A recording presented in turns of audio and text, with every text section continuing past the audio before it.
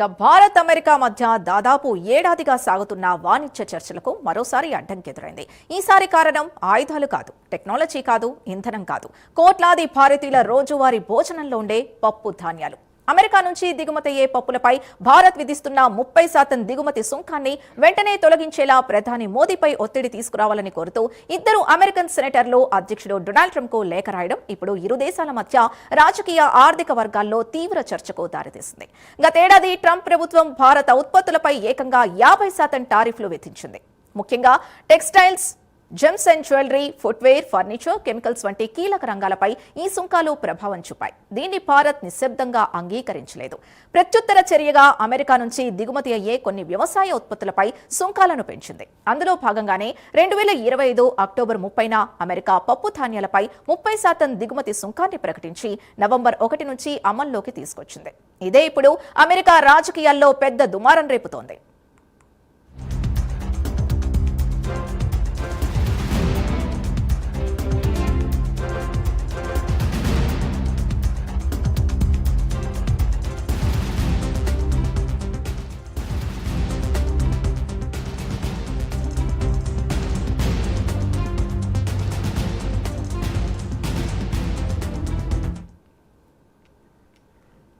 అమెరికాలోని north Dakota, Montana రాష్ట్రాలు పప్పు ధాన్యాల ఉత్పత్తిలో అగ్రస్థానాల్లో ఉంటాయి. ఈ రాష్ట్రాలు ప్రాతినిధ్యం వహిస్తున్న రిపబ్లికన్ సెనేటర్లు కెవిన్ క్రామర్, స్టీవ్ భారత్ నిర్ణయాన్ని తీవ్రంగా వ్యతిరేకిస్తున్నారు. భారత్ విధించిన 30% సుంకాల వల్ల అమెరికా రైతులకు అన్యాయం జరుగుతోందని, పోటీ పరిస్థితులను ఎదుర్కోవాల్సి వస్తోందని అన్నారు. అలాగే భారత మార్కెట్ను కోల్పోతున్నామని వారు తమ లేఖలో ఆవేదన వ్యక్తం చేశారు.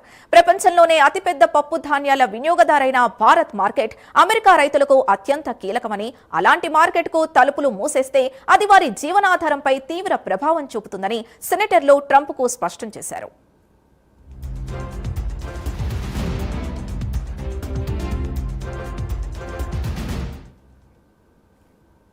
వాస్తవానికి ప్రపంచ పప్పు ధాన్యాల వినియోగంలో భారత్ వాటా దాదాపు 27%. అంటే ప్రపంచంలో ప్రతి 4 ప్లేట్లలో ఒకటి భారత్దే. కందిపప్పు, శనగలు, మినపప్పు, పెసరపప్పు, బఠానీలు ఇవన్నీ భారత ఆహార సంస్కృతిలో విడదీయరాని భాగం. అందుకే భారత్ మార్కెట్ను కోల్పోతే అమెరికా రైతులకు అది భారీ దెబ్బగా మారుతుంది. ఇదే భయంతో సెనేటర్లు ట్రంప్ను నేరుగా ప్రధాని మోదీతో చర్చలు జరపాలని కోరుతున్నారు. గతంలో 2020లో ట్రంప్ భారత్ పర్యటన సమయంలో కూడా ఇలాగే పప్పు ధాన్యాల అంశాన్ని మోదీ దృష్టికి తీసుకెళ్లిన విషయాన్ని వారు గుర్తు చేస్తున్నారు.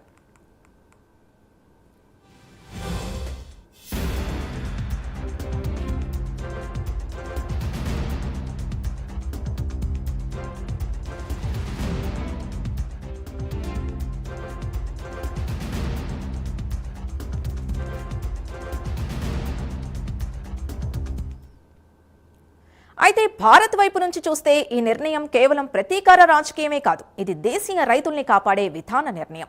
భారత్ గతంలో 2026 మార్చి వరకు బఠానీల దిగుమతులపై సుంకం ఉండదని ప్రకటించింది. కానీ భారీగా దిగుమతులు రావడం వల్ల దేశీయ రైతులకు ధరలు పడిపోవడం, మార్కెట్లో నష్టాలు పెరగడం వంటి సమస్యలు తలెత్తాయి.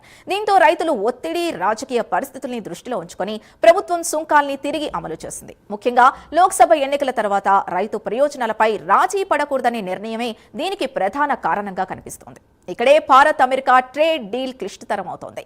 అమెరికా ప్రభుత్వం చాలా కాలంగా భారత్ వ్యవసాయ, డైరీ రంగాల్ని తెరవాలని కోరుతోంది. కానీ భారత్కు